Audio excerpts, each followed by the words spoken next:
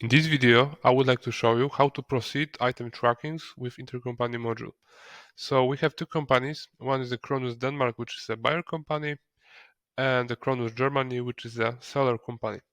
So in the buyer company, I would like to buy the items with item tracking from my intercompany partner.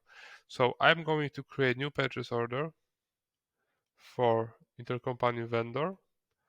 So we have set up, this is an intercompany vendor, that's why the document is marked as intercompany document.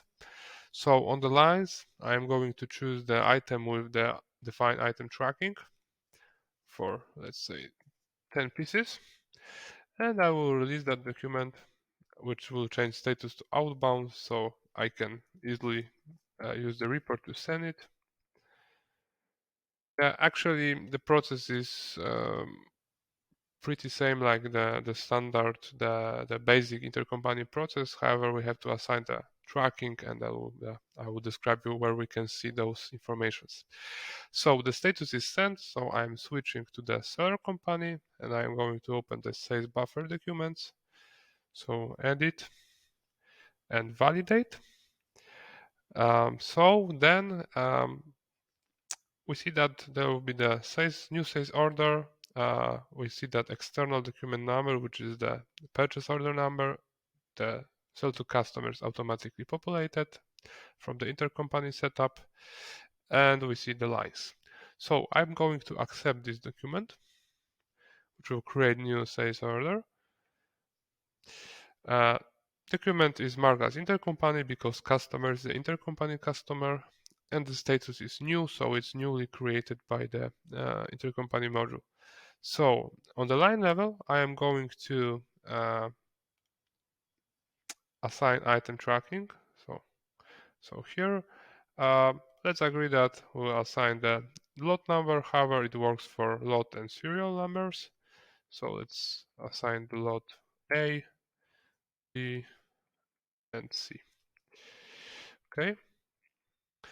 Then I'm going to release this document and send this information to the my intercompany partner, which actually this is only, of course, the negotiations. The lots are not sent here now. So if I go to the item tracking, of course, there is nothing here.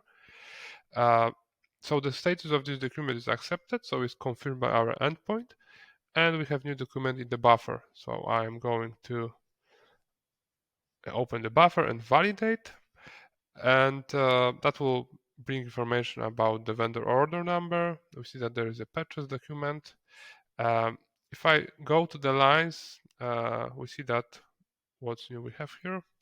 So I am going to accept that buffer, which will update my document. However, the item tracking is still not on the document. So as the last step, I am sending information to my intercompany partner that everything has been confirmed.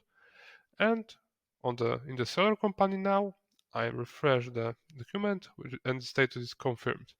Now we can send the goods. So I am going to post shipment. And from the post that says shipment, I will send that information. I will send this document to using the intercompany send action to my intercompany partner. So the report.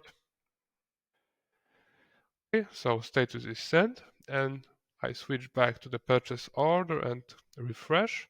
When I go to the posted document buffer and validate, we see that there's a shipment notification. And when I scroll down to the lines and go right,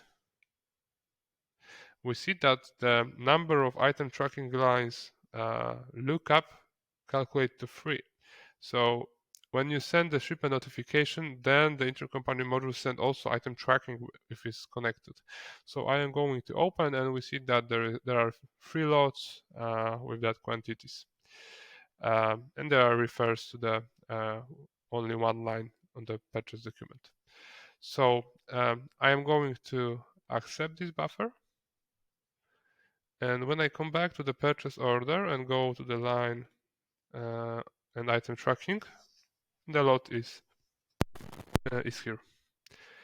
Okay, so the next step is to switch again to the seller company, and now we can finalize this document. So I'm going to post invoice,